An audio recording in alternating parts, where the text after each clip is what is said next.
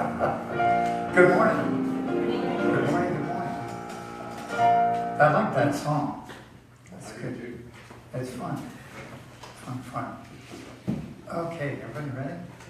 We're talking about whom do you trust? This is the big question mark on it. And a very interesting conversation that I've been working on for a couple of weeks now, actually. And this week, it came to a head, kind of like Wednesday night, we had read something, and I wanted to share it with you. And it's actually from the Bible. How about that? Okay. Whoa. Matthew, yeah. Matthew 15:21, and actually 22. And the reason I want to pick the story is it's indicative of, it's like, anybody agree, a lot of us spend years asking for things and things don't show up. It's like I'm still dealing with a cancer on my nose that hasn't healed. I'm still dealing with this. Everybody's still dealing with stuff. So how do we work through it? How do we overcome it? If we can, maybe we can. But this is a story of a woman who asked Jesus for a healing. And it's kind of an interesting story. I'm not going to try to read the whole thing. But it says, and behold, a woman of Canaan came out of the same borders. Now, you need to know metaphysically, in the Bible, Canaan was a metaphor for the unconscious, subconscious material world. That's the world we're used to living in, which means she's deeply embedded in the world's beliefs. Everybody there? So it might be us as a metaphor in this conversation. So then she says, and she cried unto him, saying, have mercy on me, O Lord, thou son of David. My daughter is grievously vexed with a demon, which is mental health, back to then, okay? And then she goes on and says, but he answered her not, so he ignored her. Anybody, how do you feel when you're talking to somebody and they ignore you? Anybody?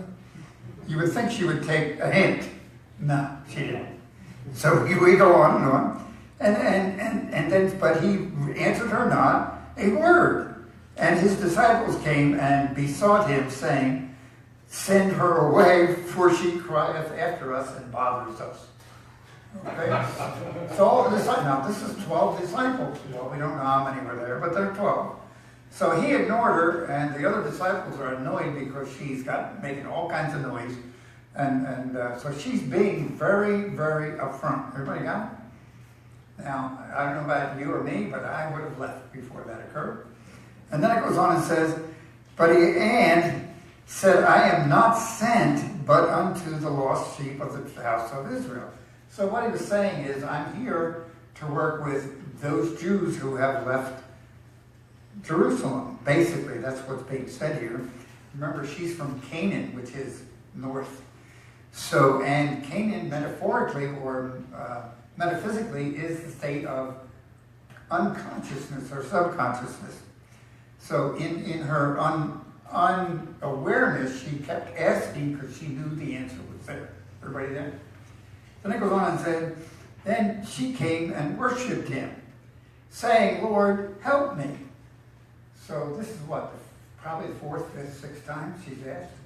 And then we go on, but he answered and said, it is not right to take the children's bread and to cast it unto dogs. So in other words, I'm here to help these people. I can't take from them and give to you. Okay, then she says, that's true, Lord, yet the dogs eat out of the crumbs which fall from their master's table. So she's still not giving up. I mean, if you talk about it, she's going to keep going. And it's kind of, can you feel the impatience of everybody? Other than her. Then she goes on and says, then Jesus said to her, O woman, great is thy faith, be it unto thee given as thou wilt. And her daughter was made well from that very hour. So what's the lesson? The lesson basically for me is don't quit. And we are focused on 2 different thought systems. Course in Miracles pretty much defines that we've got a course of action or a course of thinking, which is the world's thinking or the ego mind or the material, if you will, over here. Or we can choose to be spirit-led, spirit-minded, spirit-directed. Now, the problem becomes, which one do we choose? And that's really what we're talking about here. I keep talking about it, but we need to keep talking about it because the mission statement So this church, everybody ready again? Well, I'm going to say the vision, centered in God. That means we all centered in God and we believe God exists. Okay, we celebrate a world of love. Anybody looked around outside lately? But we celebrate love because that's the spiritual thought, not the material thought. See, if I want to get all wound up in Virginia and Kuwait and all that stuff, mentally, then I'm actually creating more of that. The law of attraction says what I think about, I create. Okay, so when I'm up, I've been asked to not use political names, so I'm not going to do. But you know all those folks in Washington. So again, the process is a world of love, harmony, and abundance. So that is seeing those things. And then the mission, we are a vibrant spiritual community empowering personal transformation, which means we as a group and individually believe the first part. You get it? In other words, in order to believe that we live in a world of love, harmony, and abundance, we must be in a personal transformation into the Spirit-led. So we have to be like believers like this woman is and keep knocking on doors.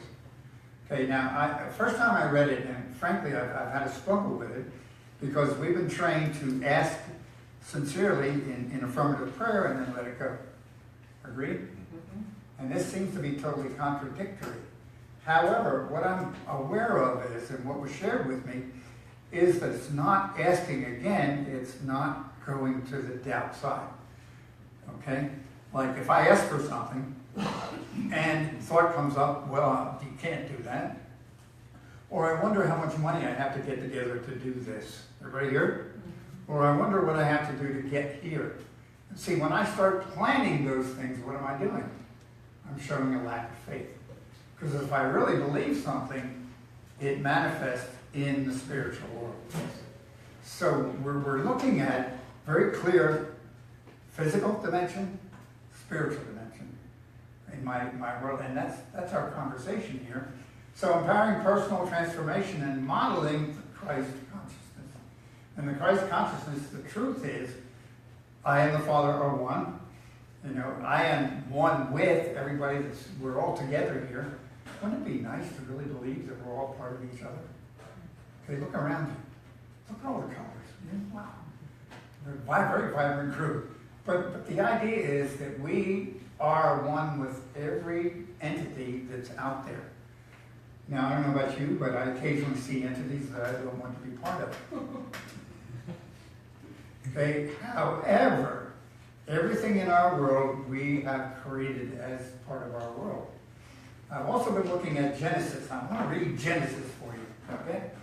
Very interesting. This is really back to basics, folks. Okay? Genesis says, Genesis 1:1.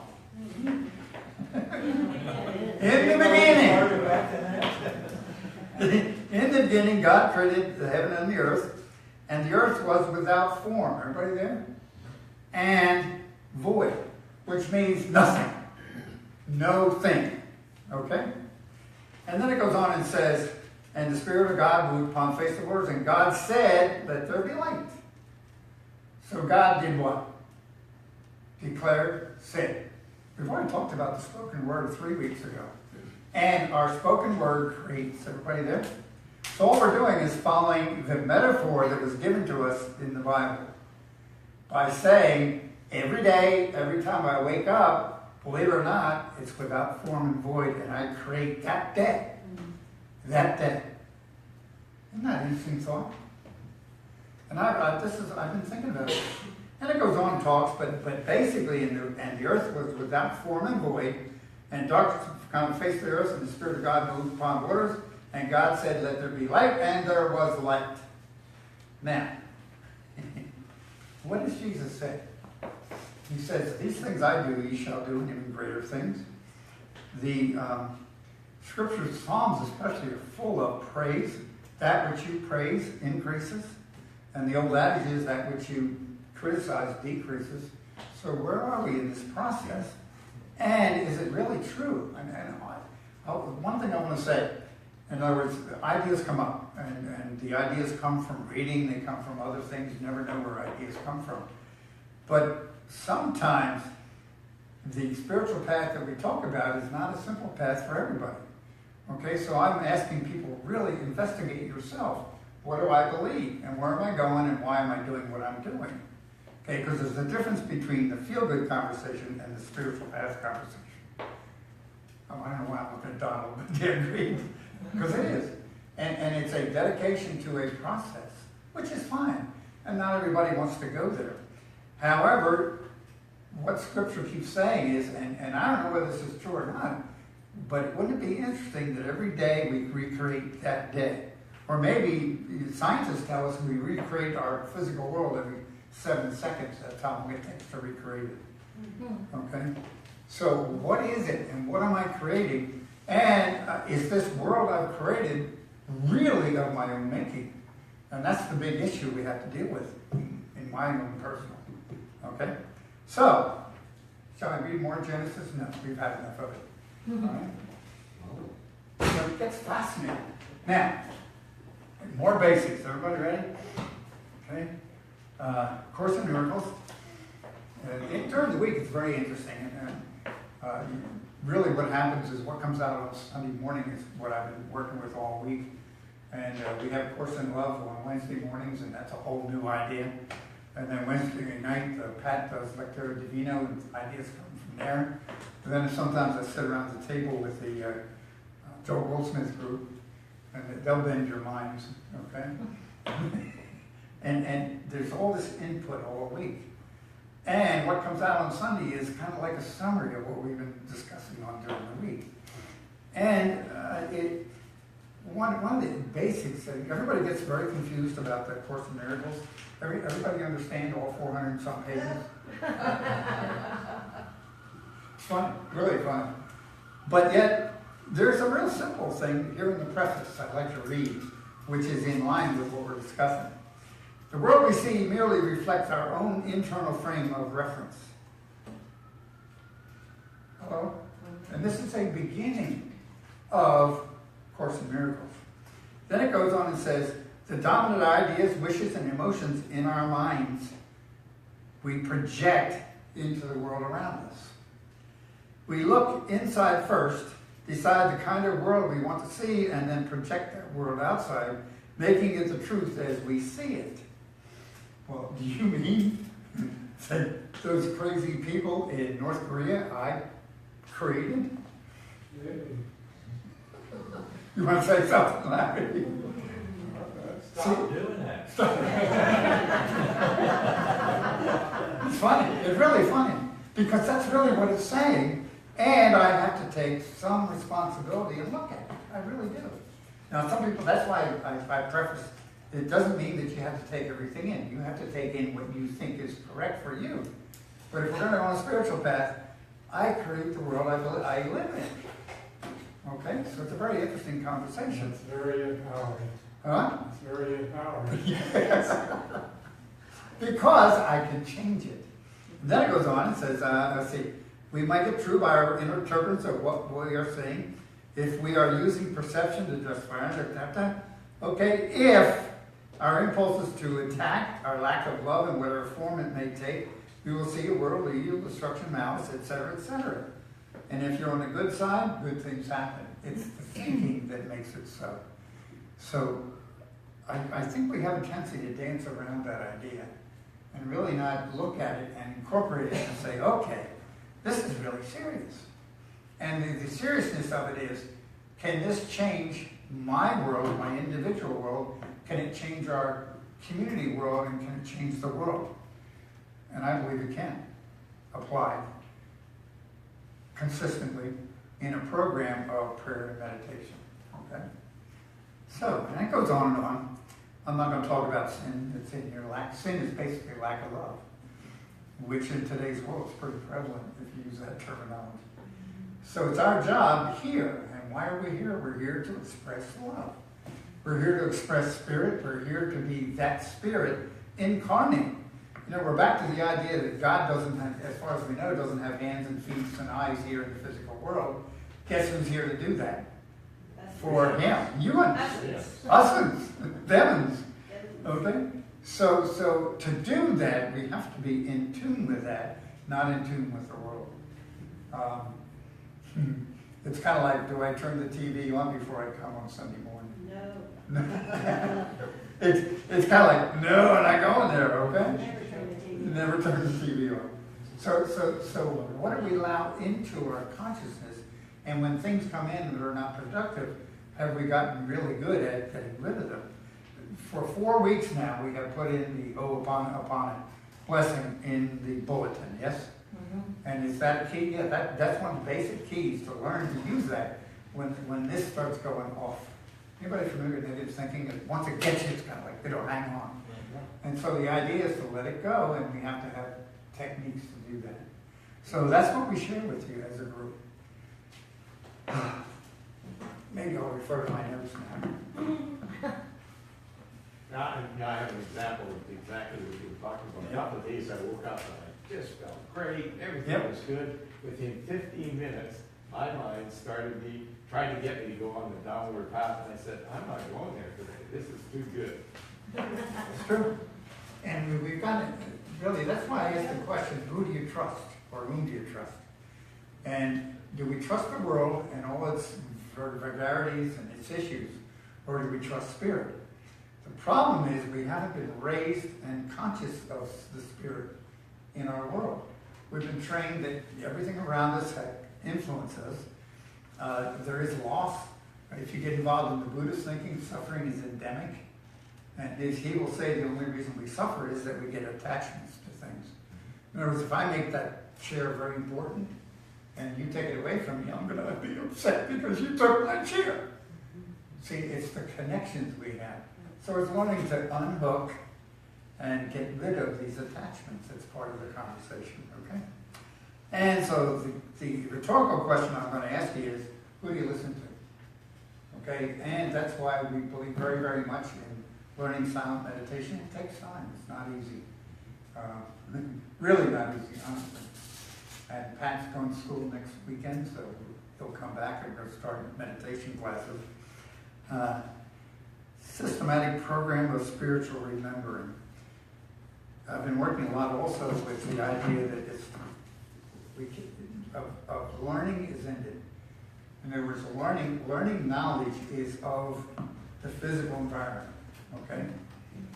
Knowing spirit is a knowing situation. There's no way to get an education in spirit other than just know it. And that takes some time sometimes. Some people can do it quickly. Others, it takes a system or a program to get there. But I do encourage you, whatever.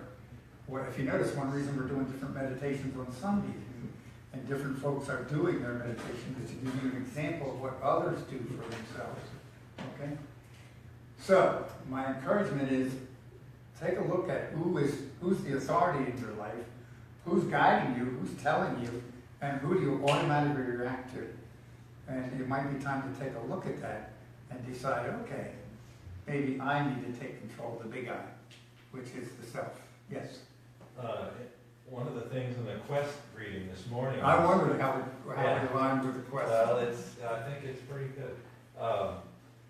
The authors talk about the commandment that I'm the Lord thy God, that you shall not have false gods before me or whatever, and that if we believe that there is only one presence and one power in the universe and in our lives, and yet we also invest in this fear, Yes. then we're having like a false idol because we're putting that before God. Before And God. that's pretty sobering thought. Yeah. Wait a minute. You mean God can't handle this? See, what do I believe? What do I handle? What do I trust? Okay, and do I really believe it? And see, the world will come up with all kinds of proof that it isn't true. I mean, it's like we're going into this, theoretically, we're not going into fundraising for a new church, we're waiting for the money to show up. Because it is showing up, but some of us, it's like my programming is, well, you got a plan. Okay, God said it's all taken care of, so it's a perfect example of it, Pat. Thank you. Good. What, somebody else?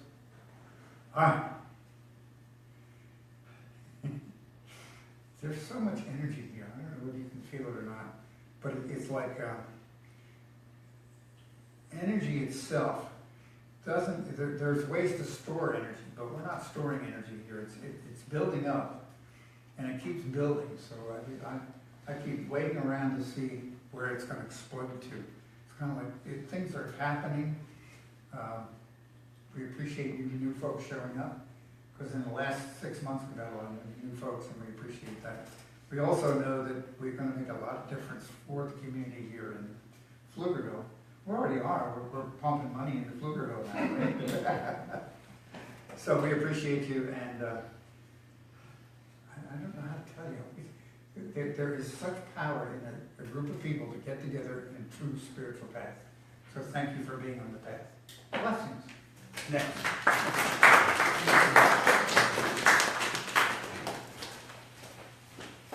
Okay, next we're going to do